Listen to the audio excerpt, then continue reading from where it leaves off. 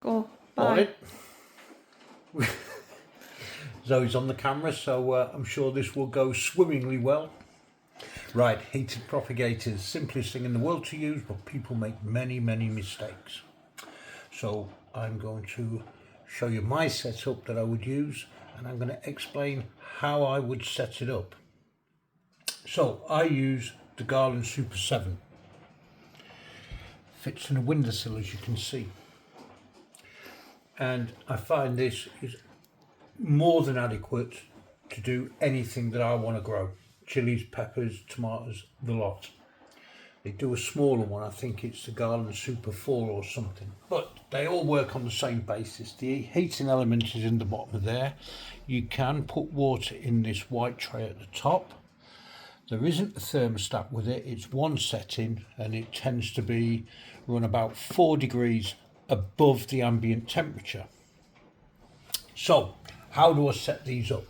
Well, I will get my compost. I use peat-based compost in these. Put it in a big bucket or whatever, mix it up with some water so it's nice and evenly moist. And so when I squeeze it, I just get a little bit of water running down my hand. That is usually adequate. And then what I do is I fill them all up, put the lids on, close the vents, that's important, and I switch it on. And I put it on 24 hours before I sow anything. The reason for that is I want the compost to warm up, and I also need to make sure that the moisture level is correct, and the lids tell me if the moisture is correct. So let's have a look at things. Now, I'd knocked all the water off these before, but if when I set it all up the next morning or after 24 hours I've only got this amount of misting, that compost isn't wet enough. What I'm looking for is this heavier misting, big bubbles, and that's important because that tells me there is sufficient moisture in that compost, and then I can just drop that water straight back in. This is drying out quite a bit, but I've not got anything in there. Now, the other thing with this is I will never water that again while I'm germinating seeds. Doesn't need it.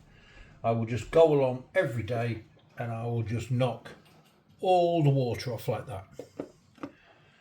And it's done. So I never water it again.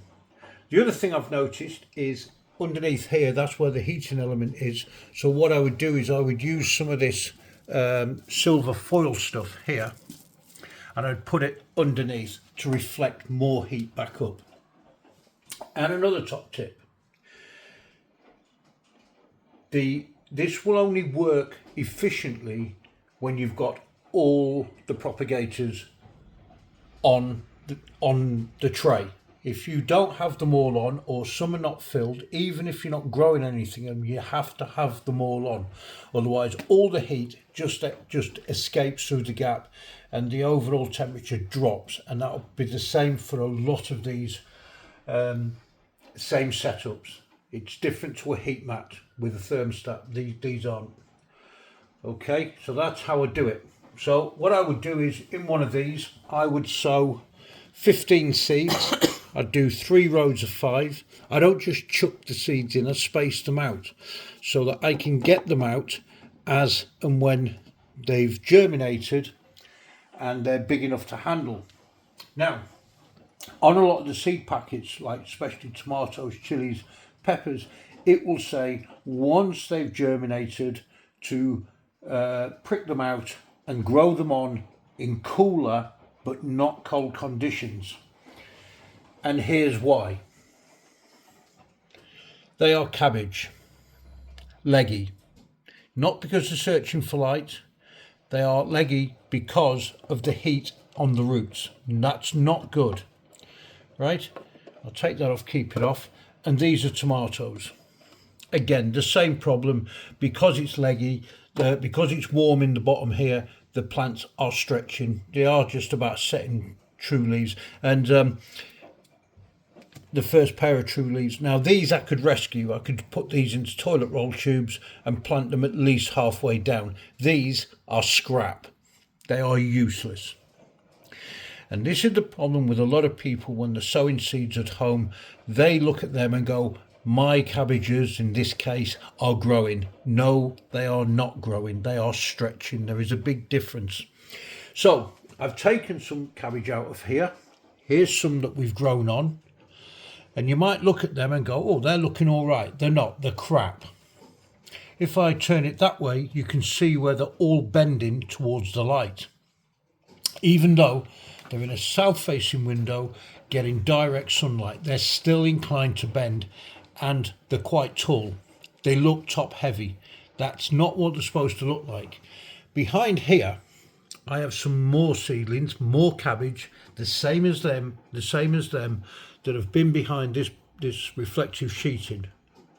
Why are you looking at me? Just watch what you're doing. And when I remove it, there is the difference. Look at them. Much straighter. The true leaves are starting here, just to come through now. Much more compact. Not leggy. When I put them there, you can now see the total difference. These are, I wouldn't carry on with them now. They're scrap. These are what I would carry on with. I would leave them, like normally I'd put these in a cell tray. So I turn them into a plug, but that's what you're looking for. This is not correct. This is wrong. And people, beginners every year, think that that is right.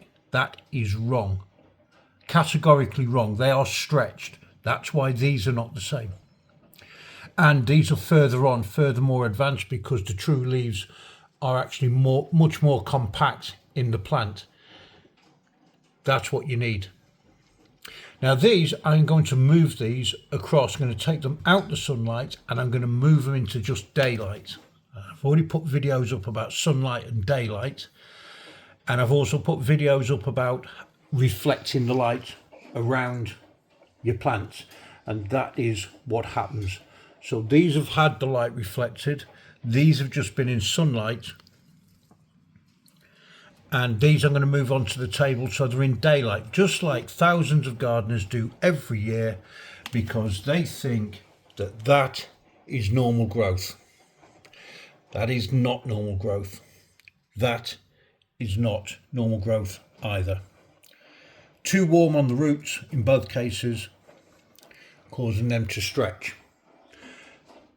Stretched leggy plants invariably never go on to become good crops throughout the year. They invariably will never go on to grow to their full potential.